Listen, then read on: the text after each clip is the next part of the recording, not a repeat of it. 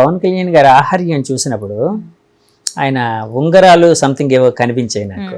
ఏంటండి అంటే ఉంగరాలు అంటే మీరు యాక్చువల్గా ఒక సైకాలజిస్ట్ అంటే అంటే దైవం మీద భక్తి ఉండడం ఉంగరాలు పెట్టుకోవడం తప్పని నేనేం చెప్పట్లేదు, నేనేం జడ్జిమెంట్లుగా ఏం చెప్పట్లేదు. వాళ్ళ అభిప్రాయం కావచ్చు, వాళ్ళ విశ్వాసం కావచ్చు, మంచి జరుగుతుందన్న ఇది కావచ్చు, లేకపోతే దైవానికి సంబంధించిన ఒకటి ధరిస్తే మనకి అంటే మనం స్వచ్ఛంగా ఉంటామనే ఒక ఇది కావచ్చు. సో ఉంగరాలు కొన్ని చూశాను, దానికి సంబంధించి మీరు కూడా ఆ మధ్య ఎప్పుడో ఒకసారి ఆఫ్ ద రికార్డ్ మాట్లాడుతున్నప్పుడు ఉంగరాల కోసం అన్నారు. ఏంటండి అది ఏంటి, ఆయన ఎలాంటి ఉంగరాలు పెట్టుకుంటారు? ఆయన చేతికి చూసానండి, ఏ ఫింగర్స్ కో నాకు గుర్తులేదు కానీ ఒకటి తాబేల్ ఉంగరం, ఒకటి కాబ్రా రింగ్, అదే పాము ఉంటుంది కోబ్రా రింగ్ ఒకటి, ఇది ఒకటి. సో బేసికలీ నాకు జనరల్ గా తెలిసిన విషయం ఏంటంటే ఆస్ట్రాలజికల్ సిగ్నిఫికెన్స్, ఆస్ట్రాలజీ ప్రకారం మనకి ఈ కాబ్రా రింగ్ ఏదైతే ఉందో it brings good luck, good luck and fortune అన్నమాట. మంచి విషయాలు మంచి జరుగుతుంది.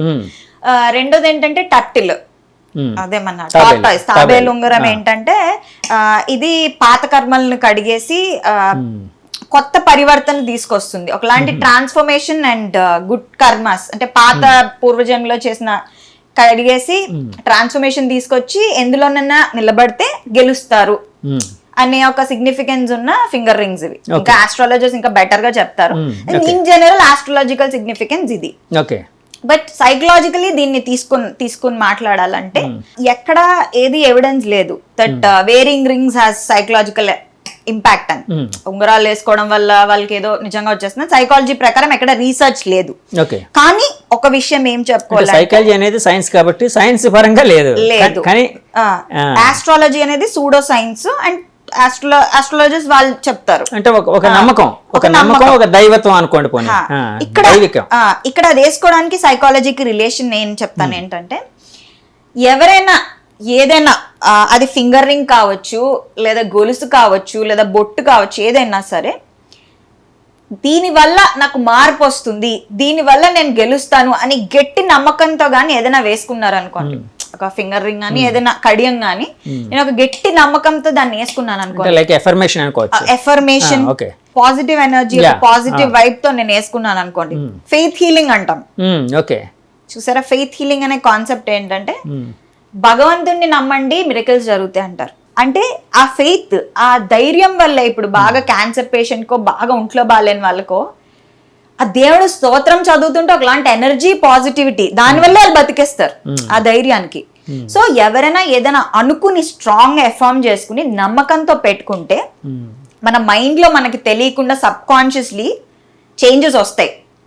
సో డెఫినెట్లీ దానివల్ల పాజిటివ్ ఇంపాక్ట్ ఉంటుంది. సో ఏ ఎఫర్మేషన్ అనుకుంటామో డెఫినెట్లీ దాని వైపు మనం అడిగేస్తాం. సో ఇదే మనం లా ఆఫ్ అట్రాక్షన్ అంటారు, లా ఆఫ్ యూనివర్స్ అంటారు, ఇలా చాలా చాలా కాన్సెప్ట్ చెప్తారు. బట్ దానికి సైకలాజికల్ రీజన్ ఏంటంటే సైంటిఫిక్ ఎక్స్ప్లెనేషన్ నేను మీకు చెప్తాను. ర్యాస్ అంటాం, ర్యాస్ RAS అంటే రెటిక్యులర్ యాక్టివేటింగ్ సిస్టమ్ మన మైండ్ లో ఉంటుంది. సో ఈ రెటిక్యులర్ యాక్టివేటింగ్ సిస్టమ్ ఏంటంటే ఒక సెక్యూరిటీ గార్డ్ లాగా, లేదా ఒక ఏదైనా హోటల్ బయట ఒక బౌన్సర్ లాగా, సెక్యూరిటీ గార్డ్ లాగా. సో ఎవరు లోపలికి వెళ్తున్నారు మన బ్రెయిన్ లో, ఎవరు లోపలికి వెళ్తున్నారు, ఎవరు బయటకు వస్తున్నారు, ఇది అది అబ్జర్వ్ చేస్తూ ఉంటది arse, reticular activating system. So మనకి ఫర్ ఎగ్జాంపుల్ ఇది రెడ్ కార్ థియరీ అంటారు, రకరకాలుగా మాట్లాడతారు. ఇప్పుడు ఫర్ ఎగ్జాంపుల్ నేను రెడ్ కార్స్ ని తలుచుకున్నాను, రెడ్ కార్స్ లేదా నాకు పదం ఏదైనా నా మైండ్ లో ఉంది, స్పందన లేదా బిర్యానీ లేదా ఆవకాయ లేదా ఎల్లో ఇలా అనుకున్నాను ఆల్రెడీ. నా ఫోకస్ అంతా ఆ పర్టికులర్ దాని మీదే ఉంది.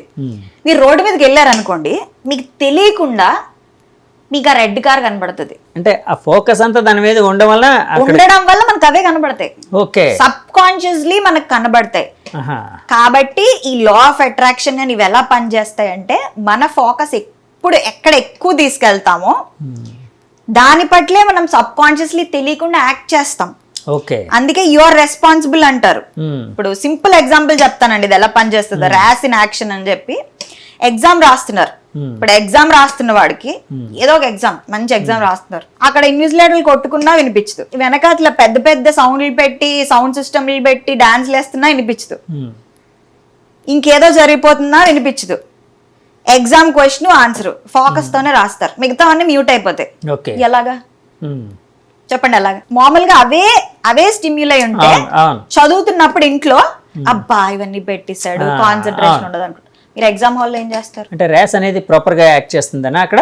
ర్యాస్ అనేది ఎవరికి వాళ్ళు, నేను ఎందు మీద ఫోకస్ పెడితే అదే నాకు సబ్ కాన్షియస్లీ నేను యాక్ట్ చేస్తాను దాని మీద. Okay okay.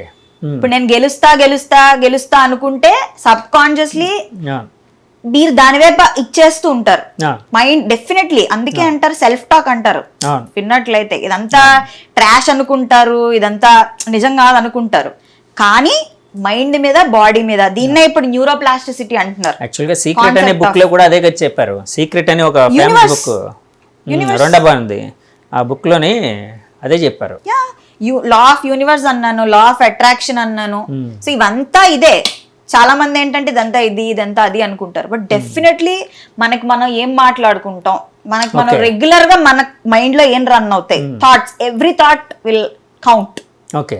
సో మనకి మనం ముందు నమ్మాలి. సో ఎందుకు అనే దానికి నేను ఇంత సైంటిఫిక్ ఎక్స్ప్లెనేషన్ ఇస్తున్నాను. ఇప్పుడు ఇంతకు ముందు అండి పుట్టినప్పుడు ఎంత బుర్ర ఉందో దాంతోనే ఉంటారు, ఇంకా బ్రెయిన్ లో చేంజెస్ రావన్నారు. ఇప్పుడు ఏంటి న్యూరోప్లాస్టిసిటీ, మీరు ఆలోచించిన విధానం, మీరున్న సిట్యుయేషన్ బట్టి మీ విధానాన్ని మార్చుకోవచ్చు. ఓకే. మీ మైండ్ సెట్ ని మార్చుకోవచ్చు. చాలా కష్టం, నెక్స్ట్ ఇంపాసిబుల్, బట్ మీరు ఏది ఎక్కువ ఫోకస్ చేస్తే మీకు అదే కనబడుతుంది. Okay. And this is a proven scientific thing. Okay. So అది. So coming back to Pawan Kalyan garu, I think ఆయన నమ్మకంతో వేసుకున్నారు కాబట్టి పాజిటివ్ ట్రాన్స్ఫర్మేషన్ మైట్ హ్యాపెన్. ఇప్పుడు ఆ ఎగ్జామ్ రాసేవాడు కూడా ఎగ్జామ్ మీద ఫోకస్, అంటే ఎగ్జామ్ బాగా రాయాలి, లేకపోతే దాని మీద సబ్ కాన్షియస్ గా పనిచేస్తూ ఉండడం వలన అతనికి ఎలాంటి శబ్దాలు ఎలాంటి డిస్టర్బెన్సెస్ లేకుండా దాని మీద ఫోకస్ పెడతాడు. అట్లాగే అంటే పవన్ కళ్యాణ్ గారి విషయంకి వచ్చినప్పటికీ మీరు అన్నట్టు ఆ పాజిటివిటీ, ఇప్పుడు ఏదైతే అంటే ఒక పాజిటివ్గా నన్ను డ్రైవ్ చేస్తుందని నా నమ్మకంతో ఆయన ధరించిన ఇవి సైకలాజికల్గా కూడా ఆయన ముందుకు నడిపించాయని అనుకోవచ్చు కదా. నేను సైకలాజికల్ ఎలా పనిచేస్తుంది చేయలేదు అని పక్కన పెడితే ఆస్ట్రాలజికల్ గా, సో సైంటిఫిక్ గా నేను చెప్పాను అనమాట, మన మెదడు మీద ఎలాంటి ఇంపాక్ట్ ఉంటది అని విభూతి పెట్టుకుంటారు. సో ఆయన జగన్ ని ఓడించాలి అని అనుకున్నారు ఫస్ట్ నుంచి. అదే యాక్చువల్గా ఆయన ఎప్పుడు నేను ముఖ్యమంత్రి అవ్వాలని ఎప్పుడూ అనుకోలేదు, ఆయన అనుకోలేదు. జగన్ గారిని ఎలాగైనా ఓడించాలి, అందరూ కలిసి కట్టుకు వెళ్ళాలని ఆ ప్రయత్నం, అదే ఫోకస్ మీద చేసి ఎలాగైతేనే ఓడించారు. సో ఇది అనుకోవచ్చు అంటే ఈ విధంగా, అంటే ఆ ఫోకస్ మొత్తం దాని మీదే పెట్టడం వలన ఆయన సబ్ కాన్షియస్గా అన్ని, అంటే ఆయన ఎఫర్ట్స్ మొత్తం దాని మీద పెట్టి అన్ని విధాలుగా యాక్ట్ చేయగలిగారు అని అనుకోవచ్చా అండి? డెఫినెట్లీ అండి. ఇది పనిచేస్తుంది 80 to 90%, అండ్ మిగతా పరిస్థితులు and way he took actions కూడా, ఓన్లీ అనుకోవడమే పనికిరాదు కదా, అది చేసి మనం యాక్షన్స్ సపోర్ట్ చేయాలి. ఇప్పుడు అంటారు కదా అడగందే అమ్మాయిన ఇది పెట్టదని చెప్పి, యువర్ యాక్షన్స్ నీ కర్మ నువ్వు చేయి, తర్వాత వాట్ ఎవర్ ద రిజల్ట్ అది దేవుడికి వదిలి అని చెప్తారు కదా భగవద్గీతలో, కర్మణ్యవాధికారస్తే మా ఫలేషు కదాచన. సో యూ డూ ద కర్మ.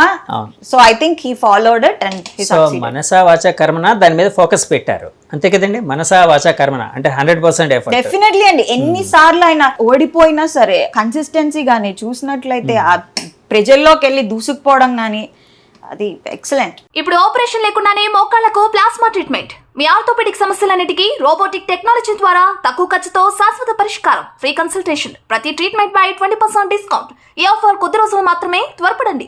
V9 hospitals 9281465842.